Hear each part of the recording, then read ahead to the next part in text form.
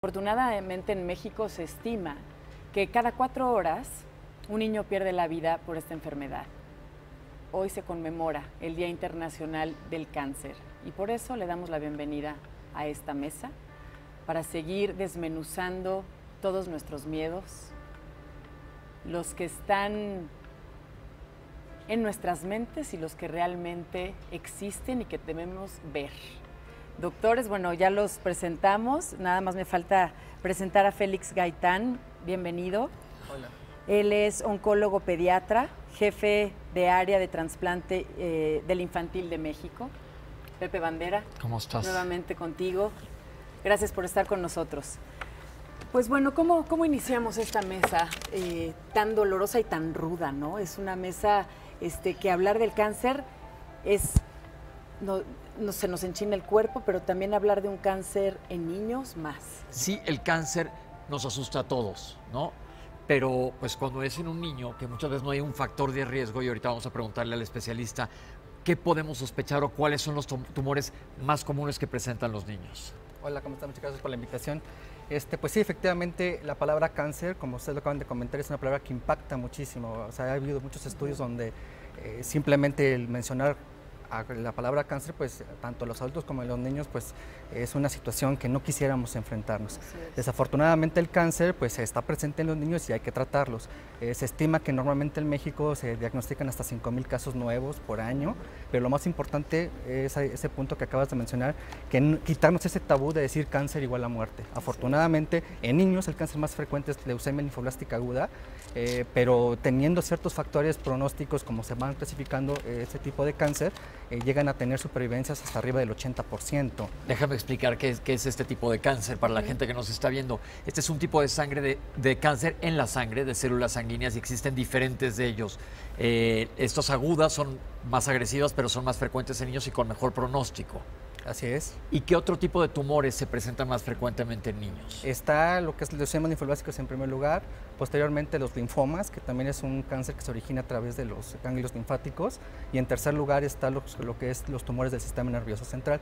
Esos son los 3 cánceres más frecuentes en México, y posteriormente del cuarto hay una infinidad de tumores, pero ya también depende de zonas geográficas y también de los hospitales que vayan reportando. ¿Cómo detectamos, doctor? ¿Cómo podemos ser unos padres conscientes y decir la única manera es detectarlo lo más pronto posible? ¿Cómo podemos detectar un cáncer con nuestros hijos? Mira, en general el cáncer, hay formas hereditarias, pero es muy poco en lo que es el niño, aproximadamente 10%. Okay. Un 90% se da por alteraciones a nivel de nuestras células, y está muy en boga decir por qué está pasando esto, ¿no? Puede ser desde la forma de nutrición, desde las radiaciones, son muchos los factores que influyen para el desarrollo del cáncer. Cáncer es un crecimiento anormal de este tipo de células, de un cierto tipo de órgano, y dependiendo del órgano que está desarrollando ese tipo de células, pues va a dar sintomatología. En forma general, siempre comentamos, porque es un problema actual, un problema nacional de salud, que ese tipo de cáncer, que aunque sí efectivamente se puede curar, desafortunadamente en México más del 70% de los casos llegan en una forma muy avanzada, y eso pues está muy demostrado en cáncer, que etapas avanzadas pues tienen peor pronóstico. Claro. Entonces lo que nosotros necesitamos es detectarlo en forma temprana. Esto incluye desde los padres, cómo hacer nosotros como papás para poder saber o prevenir. Pues es difícil porque en cualquier momento puede desarrollarlo, pero sí podríamos que lleven una buena nutrición, llevar un buen esquema de vacunación, por ejemplo, para poder evitar cáncer, por ejemplo, de hígado con la vacuna de la hepatitis. Y lo más importante, creo yo, y eso hacemos mucha énfasis, es llevar a nuestros hijos a una revisión periódica. Nosotros tenemos esa situación de que yo veo al niño un poquito malito, lo automedico, o simplemente lo llevo a cualquier médico que a lo mejor no está tan capacitado, y me le dan un medicamento y me dan otro medicamento, y ahí voy dejando los síntomas, y esto empieza a avanzar. Desafortunadamente, cuando ya llevo varios médicos que he estado acudiendo y no hay una mejoría de esa sintomatología, el médico también, médicos de primer contacto, debe sospechar, decir, bueno, ese niño tiene fiebre, pero ya es una fiebre donde yo no estoy identificando un foco infeccioso, donde ya es una fiebre donde ya sale aparte de la evolución natural de la enfermedad. Entonces esto me tiene que a mí alertar para poder decir, bueno, si este niño está presentando esa sintomatología, tengo que sospechar y pedir estudios paraclínicos o de imagen para poderme apoyar. En base a lo que dices, Mau, que me parece súper lógico, en adultos, pues nosotros somos responsables de nuestra salud y podemos acudir al médico, pero muchas veces cuando eres padre, pues estás al pendiente de tus hijos y sin querer ser alarmista, ¿qué banderas o qué focos rojos tenemos que pensar en niños? ¿Qué sintomatología puede haber? Ya dijiste, una es fiebre de origen oscuro, ¿qué quiere decir esto? Que no es una fiebre infecciosa. ¿Qué otros síntomas hay que estar pendientes en niños? Crecimiento anormal de los ganglios. Si bien es frecuente un crecimiento normal en los niños, sobre todo en etapa pues, de 4 a 6 años, sí, hay crecimientos que tienen ciertas medidas que ya no caben dentro de una... ¿Y en dónde tocamos las mamás los ganglios de nuestros hijos? Los ganglios normalmente salen a nivel cervical, a nivel axilar y a nivel de la ingle.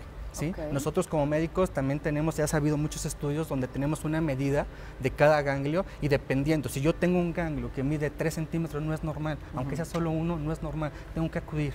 Sí, puedo tener muchos ganglios, pero a lo mejor con características que me hacen sospechar que no es maligno y puedo darle un tratamiento y darle un seguimiento. Pero en general fiebre, crecimiento anormal de los ganglios, síndrome anémico, eso es muy importante porque luego abusamos, digo abusamos porque estamos en el medio médico, de que lo veo anémico, lo veo pálido y dale vitaminas. Está recomendado que antes de dar ciertas vitaminas pues hacer un estudio en forma general, realmente necesita esas vitaminas ese paciente, tiene una buena nutrición, no solamente dar medicamentos. ¿Sí? ¿Y cómo darse cuenta que tu hijo tiene un síndrome anémico? Lo vas a ver pálido, lo vas a ver que de repente le palpita muy rápido el corazón, se cansa cuando juega a diferencia de todo el resto de sus compañeros, lo vas a ver de otro color, lo vas a ver como un poquito más lento antes de que, como dice el doctor, automedicarlo, averiguar qué es lo que está pasando. ¿Qué más foco rojo?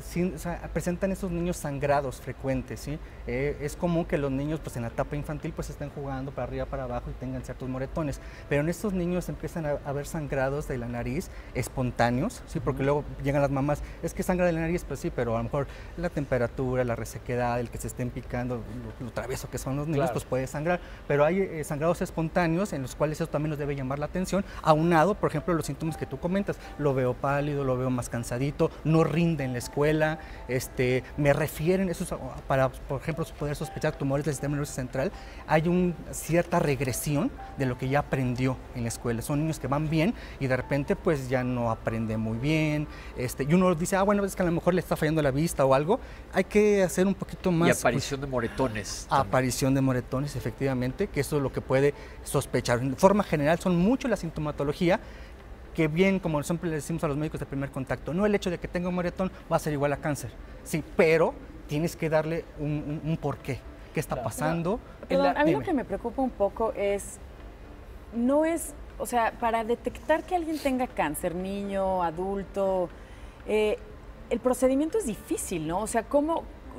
Yo nunca he oído sí, me saqué sangre y luego me dijeron que tenía cáncer. Dependiendo de dónde, dependiendo de qué sistema, porque, por ejemplo... Hazte cuenta, el PET que hacen, que es muy famoso. Sí, pero el PET es para buscar sobre todo cuando hay posibilidad de metástasis en otros lados, pero muchas veces en cánceres sanguíneos, con que tomes una muestra de sangre, vas a ver una elevación bestial. Con los niveles ves de sangre, ahí de algunas células y te puede indicar.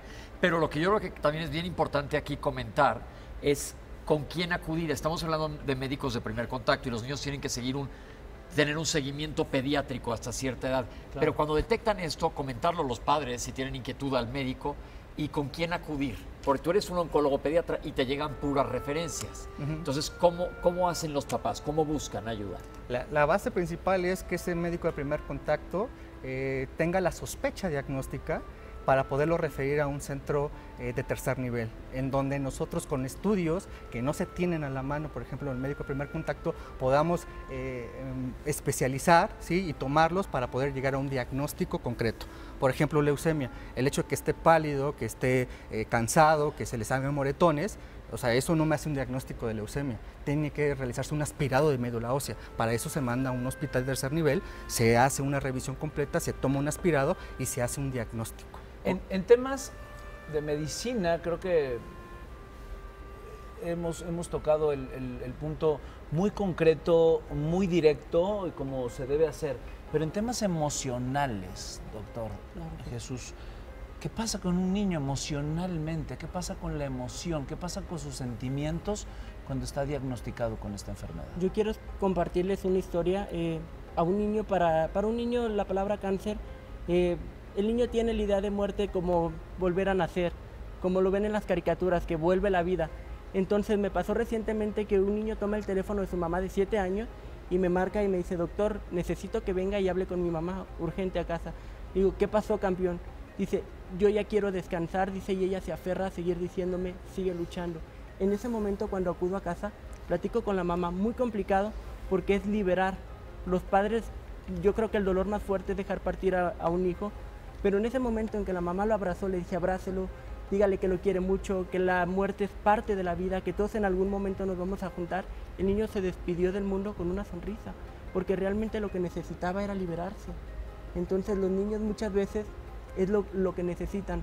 Pensamos que como tanatólogos vamos a estar constantemente con el familiar informando, no. Muchas veces los seres humanos no necesitamos decir más palabras más que un abrazo y estar en el momento con las personas.